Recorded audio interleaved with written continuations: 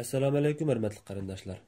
Bugun sizlarga tunishtirmoqchi bo'lgan kitobimizning ismi Dunyoviy mashhur asar Yetim Yusuf.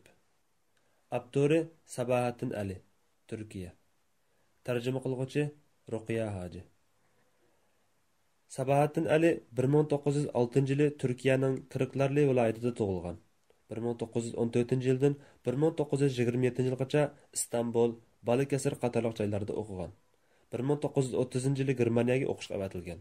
Turkiyaga qaytib kelgandan keyin o'qituvchilik, jurnalistlik va axborotchilik xizmati bilan shug'ullangan. Keyingi vaqtlarda hukmronlarning ig'ir bosimiga uchrab, sho'purlik qilishga majbur bo'lgan. 1948-yili vatanidan chiqib ketayotgan chaqda ma'lum qochqin tarafidan o'ldirib etilgan. Uning Tog'lar Shamili nomli she'rlar to'plami, Tugman, Yangi dunyo, Aynaklik dacha qatorliq hikoya povestlar to'plami, Ichimizdagi shayton, Yetim Yusuf qatorliq romanlari va bir qism publistik maqolalari e'lon qilingan. Yetim Yusuf asli nomi Quyujoqliq Yusuf. Sabahattin Alining realizm uslubida yozilgan danglik romani. U bu romanda o'zi balalik chog'larini o'tkazgan Adrimit degan joyning turmushini tasvirlash orqali Turkiyaning 1903-yildan 1915-yilgacha bo'lgan ahvolini yoritib bergan. Ayni vaqtdagi hokimiyatning zaif taraflarini pash qilib, chirik tuzumini rahimsiz qamchilagan.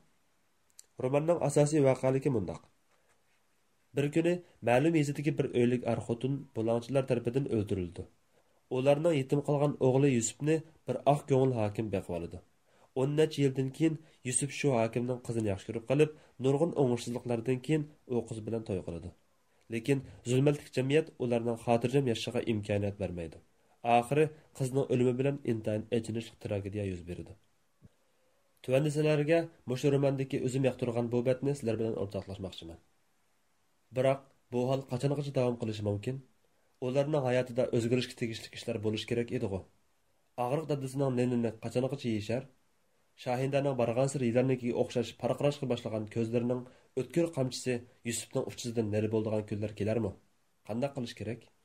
Keyingi oylarda to'xtamay miyasini chulg'ib olgan, shundaqla hal qilish tas bo'layotgan bu savollar uni bearam qilyotdi. Ko'chmandek turmush kechirish nima degan absurlarlik ha? Shahindagi o'xshash ayollarning uyda qo'ziqdek o'ltirib olib, "Mening rizqimga sherik bo'lyapsan-ku" degan gapini anglab chidab turish mumkinmi? Yusuf hayotida o'z-o'zidan gumonlangan emas. U dunyoda hamma ish qo'lidan keldigandek o'ziga tamanno qo'yatdi. Kelajak istiqbolidan andish qilmaydi. Uning ko'nglini bearam qiladigan narsa faqat uning bugungi turmush edi. Bundaq turmush davomlashaversa, Yusufning izzat nafsi dafsanda bo'ladi. U bargan sir gumonxo'r bo'lib qoldi. Ba'zida u o'z-o'ziga "Men nimish yaramas odam bo'lib qoldim" degan savolni qo'yadi. Biroq uning qanoatlangudek javobni topolmaydi. U dunyoga turilgan odamning jumladan o'zining biror ish bilan mashg'ul bo'lish kerakligini tushunib tursa-mu, uning zodi nima ish ekanligini bilmaydi. Chunki o'zi texchi biror ishning peshini tutolmagandi. Bularni tahlil qilgudek saviyasi bo'lmag'achqa, u o'z o'rnini topolmaslikning azobini har tarafdan tortib o'tadi. Yusufdagi bu hissiyat har qanday bir ishsizlikning kishilarga keltirgan zerikishligiga va andishsiga o'xshamaydi. Har qanday ishni qila oladigan turibmi, ish topolmaslik.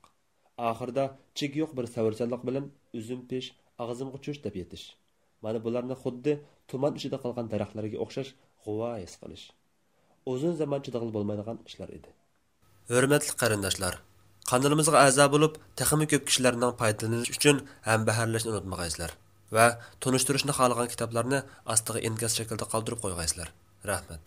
Taklif kitobxonasi.